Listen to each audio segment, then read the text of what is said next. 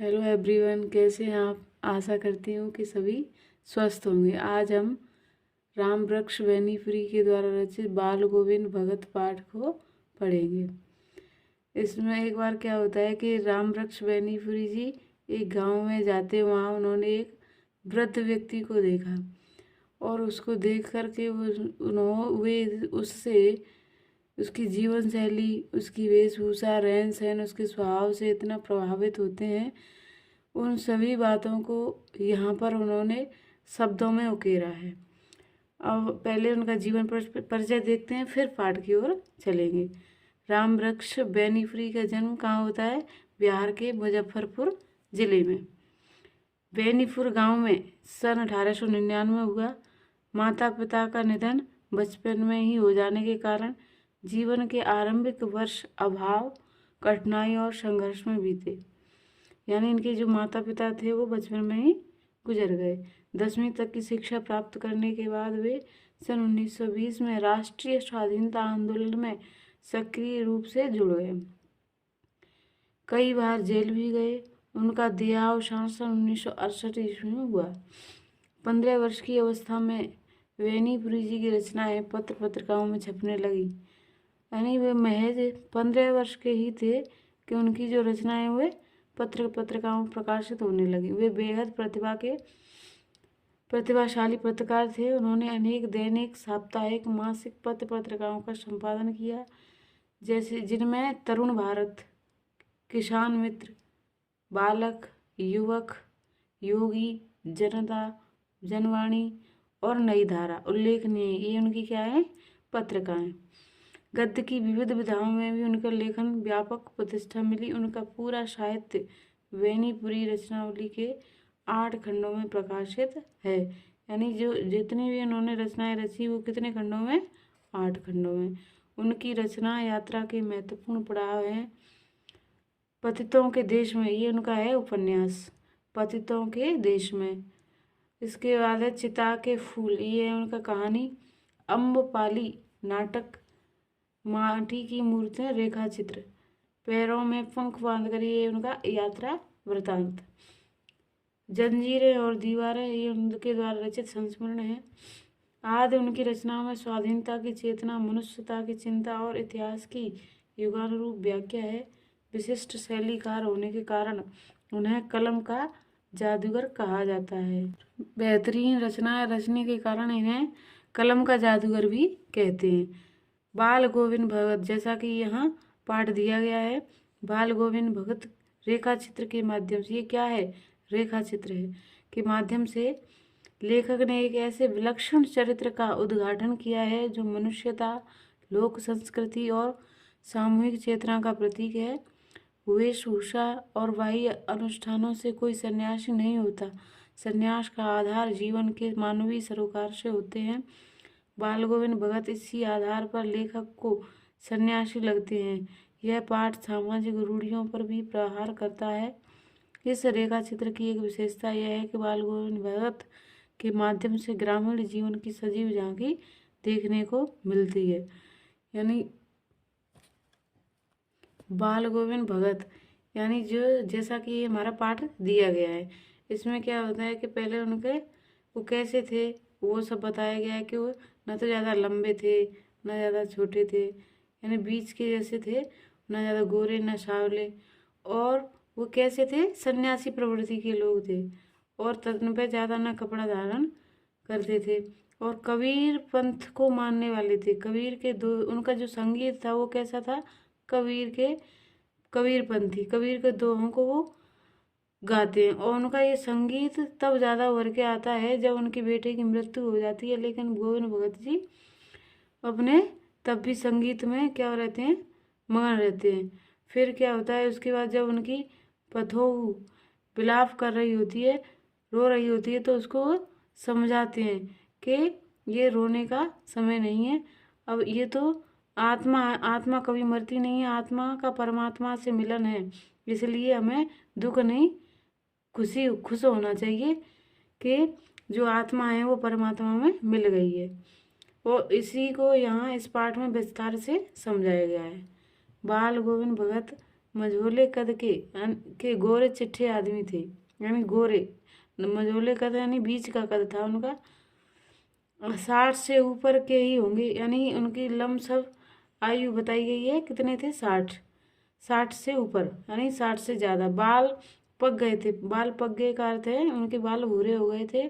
लंबी दाढ़ी या जटाजूट तो नहीं रखते थे, किंतु हमेशा उनका चेहरा सफ़ेद बालों से ही जगमग किए रहता था।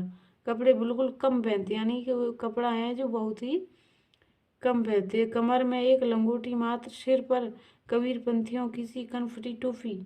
जब जाड़ा आता एक काली कमली ऊपर से ओढ़े रहते। मस्तक पर हमेशा चमकता हुआ रामानंदी चंदन, जो नाक के एक छोर से ही औरतों के टीके की तरह शुरू होता था। गले में तुलसी की जड़ों की एक बेडोल माला बांधे रहते, यानी वो क्या है, रामानंदी चंदन, यानी माथे पर क्या हो रहता था, उन्हें चंदन लगाए रहते और गले में तुलसी की माला। ऊपर की तस्वीर से यह नहीं माना जाए कि बाल गोविंद भगत साधु थे, नहीं, बिल्कुल गृहस्थ। उनकी गृहिणी की तो मुझे याद नहीं, उनके बेटे और पतोह को तो मैंने देखा था, थोड़ी खेती बाड़ी हुई थी, एक अच्छा साफ सुथरा मकान भी था।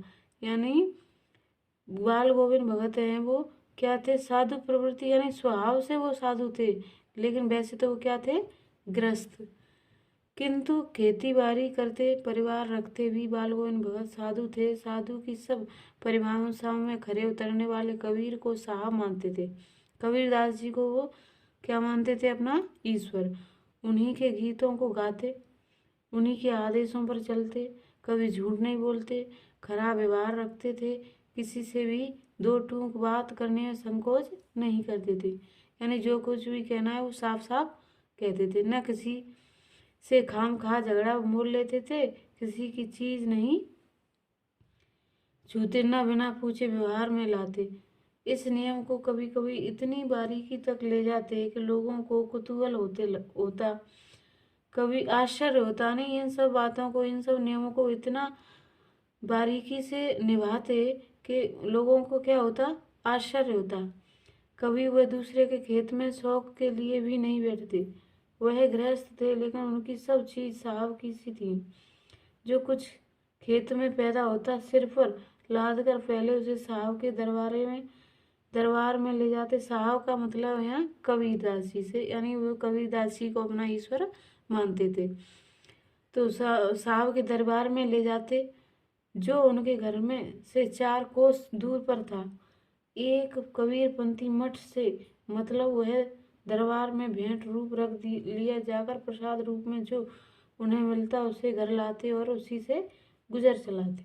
यानी बाल गोविंद जी भगत जो भी खेती बाड़ी करते और जो भी अन्न पैदा होता तो पहले पहले उसे दरबार में लाते, कबीर पंथ के जो मठ था उसमें लाते, और वहाँ से उन्हें जो प्रसाद रूप में मिलता उसी से अपनी गुजर करते। इन सब के ऊपर मैं तो मुग्ध था, यानी जो लेखक है इन सब विशेषताओं के ऊपर क्या है, हो गया, मुग्ध हो गया। उनके मधुर गान पर तो सदा सर्वस्व ही सुनने को मिलते। कबीर के हुए सीधे साधे पद जो उनके कंठ से निकलकर सजीव उठते। आषाढ़ की रिमझिम है, समूचा गांव खेतों में उतर पड़ा है, कहीं हल चल रहे हैं, कहीं रोपानी हो रही है, धान के पानी भरे खेतों में बच्चे उछल रहे हैं, औरतें कलेवा लेकर मेड़ पर बैठी हैं। यानी कि जो अब यहाँ पे बारिश का मौसम आ गया है, आषाढ़ का महीना है, क्या कि खेत में रोपाई चल रही है, और औरतें कलेवा लेकर मेड़ पर बैठी हैं। आसमान बादल से घिरा, धूप का नाम नहीं, ठंडी प्रवाही चल रही। ऐसे ही समय आपके कानों में एक स्वर तरंग झंकार सी कर उठी। यह क्या है, यह कौन है, यह पूछना न पड़ेगा। बाल गोविंद भगत समूचा शरीर कीचड़ में लिथड़े अपने खेत में रोपनी कर रहे हैं। उनकी अंगुली एक एक धान के पौधे को पंक्तिबद्ध खेत में बिठा रही हैं। उनका कंठ एक एक शब्द को संगीत के जीने पर चढ़ाकर कुछ को ऊपर स्वर की ओर भेज रहा है, कुछ को इस पृथ्वी की मिट्टी पर खड़े लोगों के कानों की ओर। बच्चे खेलते हुए झूम उठते हैं। मेड़ पर खड़ी औरतों के होठ कांप उठते हैं, वे गुनगुनाने लगती हैं।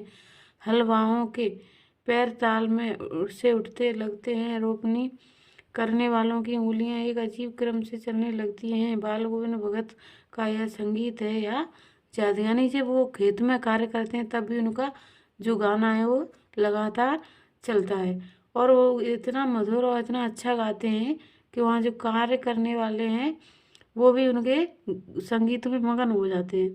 अब आता है भादों के महीने कि वह अंधेरी धरतिया अभी थोड़ी ही देर पहले मूसलाधार वर्षा खत्म हुई है।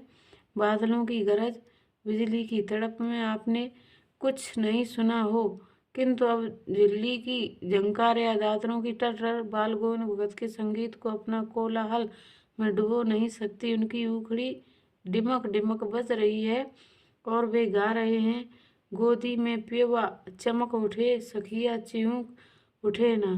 हाँ, पिया तो गोद में ही है, किंतु वह समझती हैं वह अकेली हैं। चमक उठती हैं, चिऊक उठती हैं उसी भरे बादलों वाले भादों की आधी रात में उनका यह गाना। अंधेरे में अकस्मात कौंध उठने वाली बिजली की तरह किसने न चौंका देता। अरे अब सारा संसार निस्तब्धता में सोया है, बाल गोविंद भगत का संगीत जाग रहा है, जाग रहा है।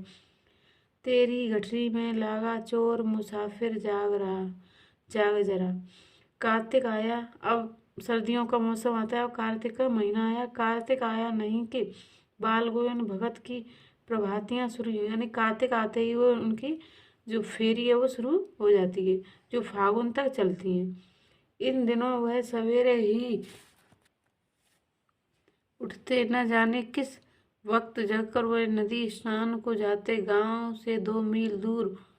वहां से नहा धोकर लौटते और गांव के बाहर ही पोखरे के ऊंचे भिंडे पर अपनी खंजड़ी लेकर जा बैठते और अपने गाने टेरने लगते। मैं शुरू से ही देर तक सोने वाला हूँ, किंतु एक दिन माघ कि उस दांत किटकिटाने वाली भोर में भी उनका संगीत मुझे पोखरे पर ले गया था। अभी आसमान के तारों के दीपक मुझे नहीं, हाँ, पूरब में लोही लग गई थी जिसकी लालिमा को शुक्र तारा और बढ़ा रहा था। खेत बगीचा घर सब पर कुहासा छा रहा था। सारा वातावरण अजीब रहस्य से आवृत मालूम पड़ता था। उस रहस्यमयी वातावरण में एक कुश की चटाई पर पूरब मुँह काली कमली ओढ़े बाल गोविंद भगत अपनी खंजड़ी लिए बैठे थे। उसके मुंह से शब्दों का तांता लगा था, उसकी अंगुलियां खंजड़ी पर लगातार चल रही थी। गाते गाते इतने मस्त हो जाते, इतने सुरूर में आते, उत्तेजित हो उठते कि मालूम होता अब खड़े हो जाएंगे। कमली तो बार बार सिर से नीचे सरक जाती। मैं जाड़े में कंप कपा रहा था, किंतु तारे की छाव में भी उनके मस्तक में श्रम बिंदु जब तब चमक ही पड़ते। यानी भले ही कितनी गर्मियाँ या सर्दियाँ पड़ती, लेकिन बाल गोविंद जी का जो वो संगीत था वो बराबर चलता रहता।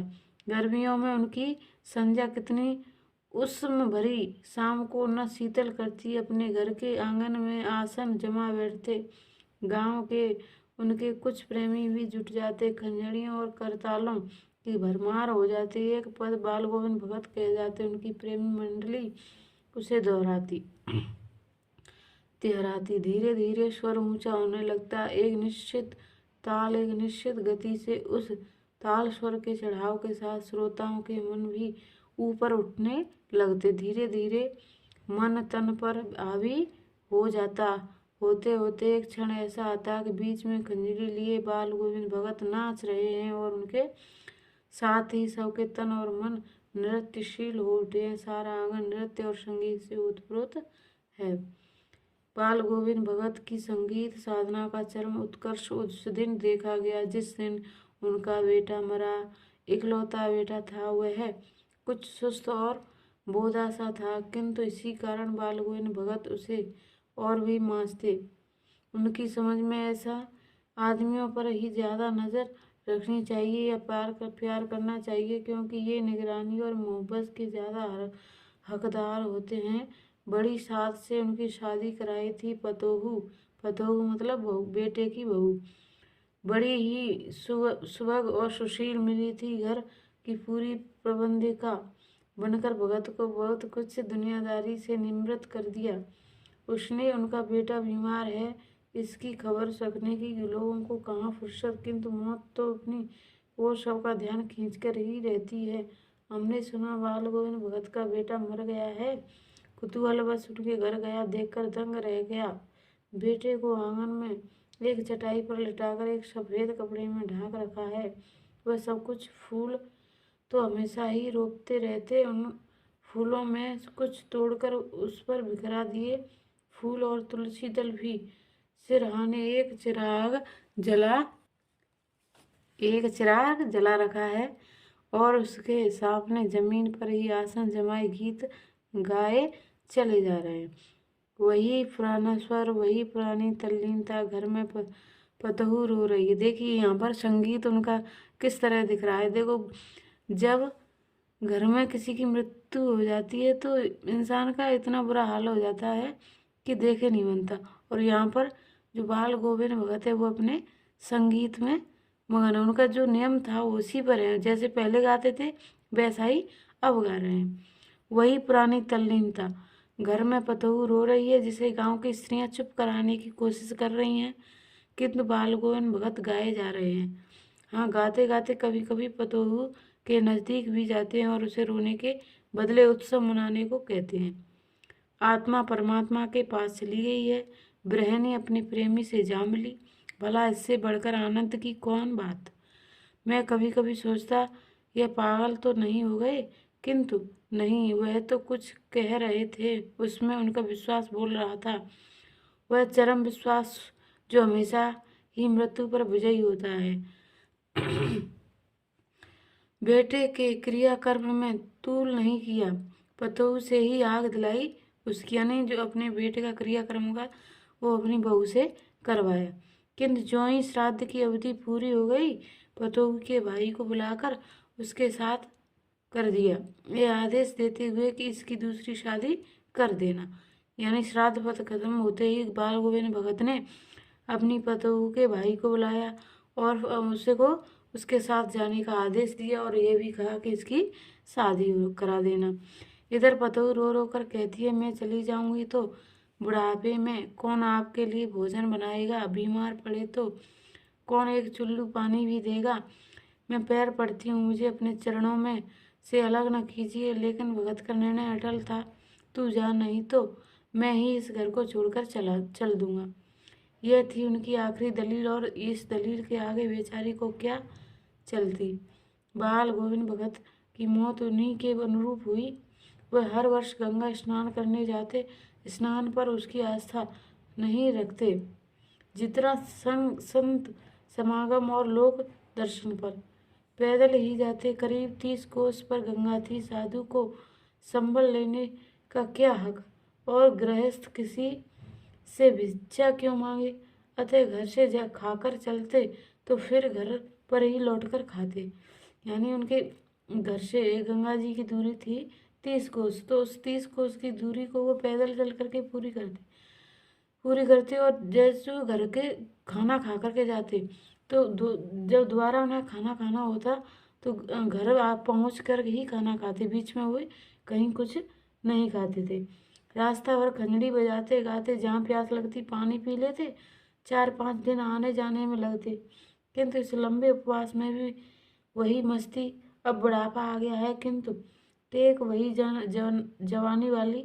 इस बार लौटे तो तबीयत कुछ सुस्त थी, खाने पीने के बाद भी तबीयत नहीं सुधरी। थोड़ा बुखार आने लगा, किंतु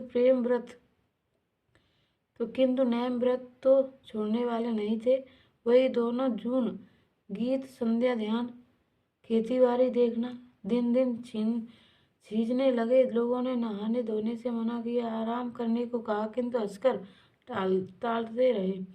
उस दिन भी संध्या में गीत गाए, किंतु मालूम होता है जैसा तांगा टूट गया हो। माला का एक एक दाना बिखरा हुआ। भोर में लोगों ने गीत नहीं सुना, जाकर देखा तो बाल गोविंद भगत नहीं रहे, सिर्फ उनका पंजर पड़ा है। तो यहाँ पर आपने देखा किस प्रकार से बाल गोविंद भगत है जो अपने नियम और टाइम के कितने पक्के थे, और वे प्रथाएं जो कुप्रथाएं थे उनको बदलने के पक्षी थे।